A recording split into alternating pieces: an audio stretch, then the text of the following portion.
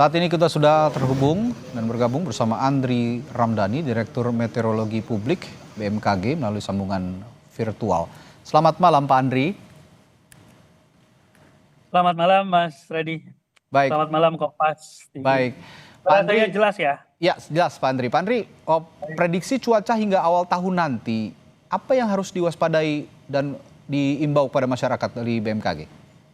Baik, untuk periode Nataru ya, ini perlu kita ketahui bersama kepada masyarakat, bertepatan dengan puncak musim hujan di beberapa wilayah. Nah ini mungkin poinnya ya, artinya tentunya mobilitas masyarakat di periode ini akan diiringi oleh meningkatnya intensitas hujan di wilayah-wilayah yang memang secara tahunan sedang memasuki puncak musim hujan.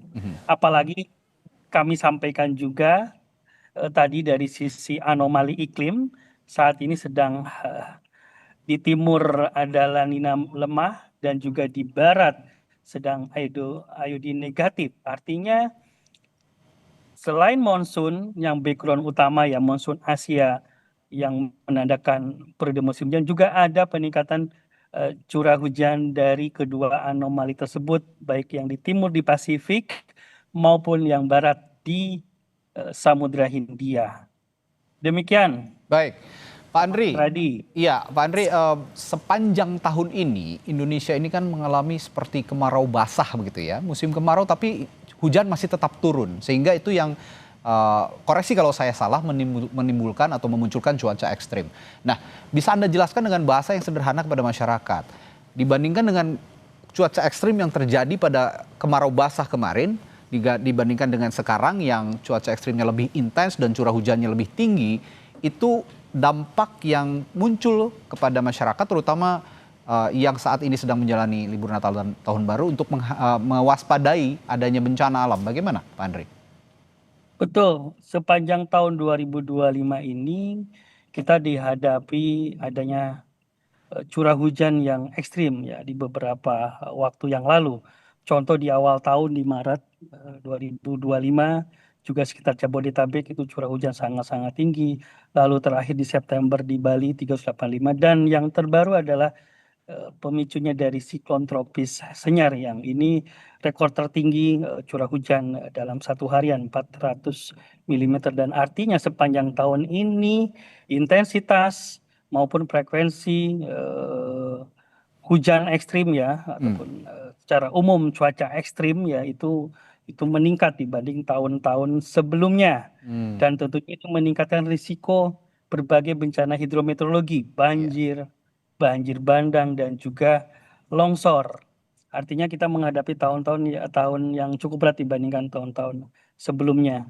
Demikian Mas Radi. Artinya begini Pak Andri, apakah di tahun-tahun berikutnya kita akan mengalami siklus yang serupa setiap tahun dan terjadi di akhir tahun? Siklus serupa pasti iya. Jadi di Indonesia itu kan mengenal hanya dua musim. Musim kemarau dan juga musim hujan. Musim kemarau biasanya di bulan-bulan Juni, Juli, Agustus. Musim hujan puncaknya di Desember, Januari, Februari. Walaupun ada sedikit pergeseran, kadang datang lebih cepat, musim hujannya ataupun kemaraunya juga datang lebih lambat, tetapi polanya akan sama di bulan-bulan yang saya sampaikan tadi.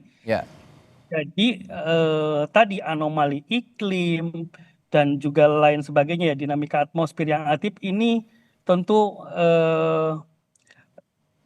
artinya ini yang tadi yang menciptakan variasi ya. Nah, kadang lebih tinggi intensitasnya ketika itu musim hujan, atau ketika misalkan El Nino, kadang kemaraunya lebih panjang. Nah, tapi secara pola itu tetap patternnya seperti itu Mas Radi. Ya, BMKG juga sempat mengutarakan atau menginformasikan Indonesia ini di akhir tahun ini dan juga awal tahun 2026 dikepung 3 bibit siklon. Nah, mungkin juga bisa dijelaskan kepada masyarakat awam begitu.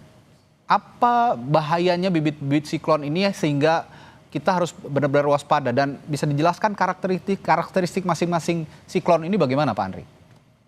Baik, jadi siklon pun atau bibit siklon di wilayah Indonesia ada musim-musimnya Mas Radi dan pemirsa semua ya. Misalkan musim di utara.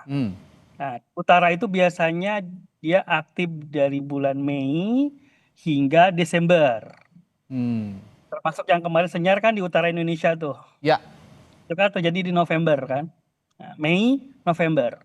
Nah, kemudian beralih di selatan itu, musim siklon itu aktifnya di November, Desember, hingga April tahun depan. Jadi apanya siklusnya berubah ke selatan nih. Jadi yang kami sampaikan di beberapa waktu yang lalu, bahwasannya potensi bibit siklon maupun siklon tropis bergeser potensinya di wilayah selatan. Akan aktif nanti tumbuh bibit-bibit siklon tropis yang secara bergantian. Namun saya tahu dulu ya, jangan khawatir, BMKG dengan ribuan sensor yang tersebar di wilayah Indonesia, radar cuaca kami memantau 24/7. Bibit siklon maupun siklon itu kita bisa deteksi H-3, bahkan H-7. Jadi contoh, misalkan yang saat ini sedang aktif, siklon tropis Grand, ya. Saat ini ya kita announce siklon tropis Grand. Itu kan kita pantau dari mulai bibit itu 5 hari yang lalu. Jadi sudah bisa tampak begitu ya? Ya, sudah bisa tampak 5 hari lalu. Jadi artinya masyarakat tidak perlu panik dan risau ya, dan tetap mencermati informasi update dari info BMKG. Baik. Demikian Mas Radi. Ya, ini yang perlu dicermati oleh masyarakat. BMKG terus mengupdate informasi dan itu bisa dideteksi 3-5 hari sebelumnya ya, Pak Andri.